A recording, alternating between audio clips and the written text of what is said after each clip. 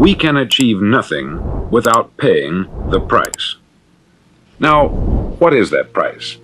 Well, it's many things. First, it's understanding emotionally, as well as intellectually, that we literally become what we think about, that we must control our thoughts if we're to control our lives. It's understanding fully that, as ye sow, so shall ye reap. Secondly, it's cutting away all the fetters from the mind and permitting it to soar as it was divinely designed to do. It's the realization that your limitations are self-imposed, and that the opportunities for you today are enormous beyond belief. It's rising above narrow-minded pettiness and prejudice. Thirdly, to use all your courage to force yourself to think positively on your own problem, to set a definite and clearly defined goal for yourself, to let your marvelous mind think about your goal from all possible angles, to let your imagination speculate freely upon many different possible solutions, to refuse to believe there are any circumstances sufficiently strong to defeat you in the accomplishment of your purpose, to act promptly and decisively when your course is clear, and to keep constantly aware of the fact that you are, at this moment, standing in the middle of your own acre of diamonds, as Russell Conwell used to point out. Fourth, save at least 10% of what you earn. It's also remembering that no matter what your present job, it has enormous possibilities if you're willing to pay the price. Now let's just go over the important points in the price each of us must pay to achieve the wonderful life that can be ours. It is, of course, worth any price. 1. You will become what you think about. 2. Remember the word imagination. Let your mind soar. 3. Courage. Concentrate on your goal every day. 4. Save 10% of what you earn. And action. Ideas are worthless unless we act on them. There are two things that may be said of everyone. Each of us wants something, and each of us is afraid of something. I want you to write on a card what it is you want more than anything else. It may be more money. Perhaps you'd like to double your income or make a specific amount of money. It may be a beautiful home. It may be success at your job. It may be a particular position in life. It could be a more harmonious family. Each of us wants something. Write down on your card specifically what it is that you want. Make sure it's a single goal and clearly defined. You needn't show it to anyone, but carry it with you so that you can look at it several times a day. Think about it in a cheerful, relaxed, positive way each morning when you get up, and immediately you have something to work for, something to get out of bed for, something to live for. Look at it every chance you get during the day and just before going to bed at night. As you look at it, remember that you must become what you think about, and since you're thinking about your goal, you realize that soon it will be yours. In fact, it's yours really the moment you write it down and begin to think about it. Look at the abundance all around you as you go about your daily business. You have as much right to this abundance as any other living creature. It's yours for the asking. Now we come to the difficult part. Difficult because it means the formation of what is probably a brand new habit, and new habits are not easily formed. Once formed, however, it'll follow you for the rest of your life. Stop thinking about what it is you fear. Each time a fearful or negative thought comes into your consciousness, replace it with a mental picture of your positive and worthwhile goal. There will come times when you will feel like giving up. It's easier for a human being to think negatively than positively. That's why only 5% is successful. You must begin now to place yourself in that group. For 30 days, you must take control of your mind. It will think only about what you permit it to think. Each day for this 30-day test, do more than you have to do. In addition to maintaining a cheerful, positive outlook, give of yourself more than you've ever done before. Do this knowing that your returns in life must be in direct proportion to what you give. The moment you decide on a goal to work toward, you're immediately a successful person. You're then in that rare and successful category of people who know where they're going. Out of every 100 people, you belong to the top 5. Don't concern yourself too much with how you're going to achieve your goal. Leave that completely to a power greater than yourself. All you have to do is know where you're going. The answers will come to you of their own accord. Ask, and it shall be given you. Seek, and ye shall find. Knock, and it shall be opened unto you. For every one that asketh receiveth, and he that seeketh findeth, and to him that knocketh it shall be opened. It's as marvelous and as simple as that. In fact, it's so simple that in our seemingly complicated world it's difficult for an adult to understand that all he needs is a purpose and faith. For 30 days, do your best. If you're a salesman, go at it as you've never done before, not in hectic fashion, but with the calm, cheerful assurance that time well spent will give you the abundance in return you deserve and want. If you're a homemaker, devote your 30-day test to complete giving of yourself, without thinking about receiving anything in return, and you will be amazed at the difference it makes in your life. No matter what your job, do it as you've never done it before for 30 days.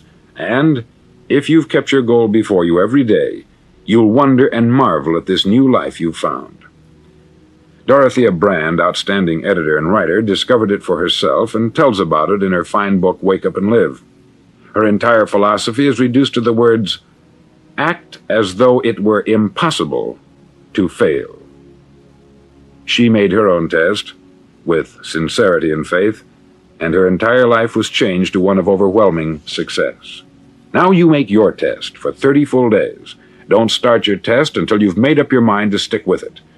You see, by being persistent, you're demonstrating faith. Persistence is simply another word for faith. If you didn't have faith, you would never persist. If you should fail during your first 30 days, by that I mean suddenly find yourself overwhelmed by negative thoughts, you've got to start over again from that point and go 30 more days. Gradually your new habit will form until you find yourself one of that wonderful minority to whom virtually nothing is impossible. Don't forget the card. It's vitally important as you begin this new way of living. On one side of the card, write your goal, whatever it may be. On the other side, write the words we've quoted from the Sermon on the Mount. Ask, and it shall be given you. Seek, and ye shall find. Knock, and it shall be opened unto you. In your spare time during your test period, read books that will help you. Inspirational books like the Bible, Dorothea Brand's Wake Up and Live, The Magic of Believing by Claude Bristol, Think and Grow Rich by Napoleon Hill, and other books that instruct and inspire. Nothing great was ever accomplished without inspiration. See that during these crucial first 30 days, your own inspiration is kept at a peak. Above all, don't worry. Worry brings fear, and fear is crippling. The only thing that can cause you to worry during your test is trying to do it all yourself. Know that all you have to do is hold your goal before you. Everything else will take care of itself. Remember also to keep calm and cheerful. Calm and cheerful. Don't let petty things annoy you and get you off course. Now, since making this test is difficult, some may say, well, why should I bother? Well, look at the alternative. No one wants to be a failure. No one really wants to be a mediocre individual. No one wants a life constantly filled with worry, fear, and frustration. Therefore, remember that you must reap that which you sow. If you sow negative thoughts, your life will be filled with negative things. If you sow positive thoughts, your life will be cheerful, successful, and positive. Now, gradually, you will have a tendency to forget what you've heard on this record. Play it often. Keep reminding yourself of what you must do to form this new habit. Gather your whole family about and listen to what's been said here at regular intervals. You know, most men will tell you that they want to make money without understanding the law. The only people who make money work in the mint. The rest of us must earn money. This is what causes those who keep looking for something for nothing or a free ride to fail in life. The only way to earn money is by providing people with services or products which are needed and useful. We exchange our product or service for the other man's money. Therefore, the law is that our financial return will be in direct proportion to our service. Success is not the result of making money. Making money is the result of success, and success is in direct proportion to our service. Most people have this law backwards. They believe that you're successful if you earn a lot of money. The truth is that you can only earn money after you're successful. It's like the story of the man who sat in front of the stove and said to it, "Give me heat, and then I'll add the wood." How many men and women do you know, or do you suppose there are today, who take the same attitude toward life? There are millions. We've got to put the fuel in before we can expect heat. Likewise, we've got to be of service first before we can expect money. Don't concern yourself with the money. Be of service. Build, work, dream, create. Do this, and you'll find there's no limit to the prosperity and abundance that will come to you. Prosperity is founded upon a law of mutual exchange. Any person who contributes to prosperity must prosper in turn himself. Sometimes the return will not come from those you serve, but it must come to you from someplace, for that is the law. For every action, there is an equal and opposite reaction. As you go daily through your 30-day test period, remember that your success will always be measured by the quality and quantity of service you render, and money is a yardstick for measuring this service. No man can get rich himself unless he enriches others. There are no exceptions to a law. You can drive down any street in America and from your car estimate the service that's being rendered by the people living on that street. Had you ever thought of this yardstick before? It's interesting. Some, like ministers and priests and other devoted people, measure their returns in the realm of the spiritual, but again, their returns are equal to their service. Once this law is fully understood, any thinking person can tell his own fortune. If he wants more, he must be of more service to those from whom he receives his return. If he wants less, he has only to reduce this service. This is the price you must pay for what you want. If you believe you can enrich yourself by deluding others, you can only end by deluding yourself. It may take some time, but just as surely as you breathe, you'll get back what you put out. Don't ever make the mistake of thinking you can avert this. It's impossible.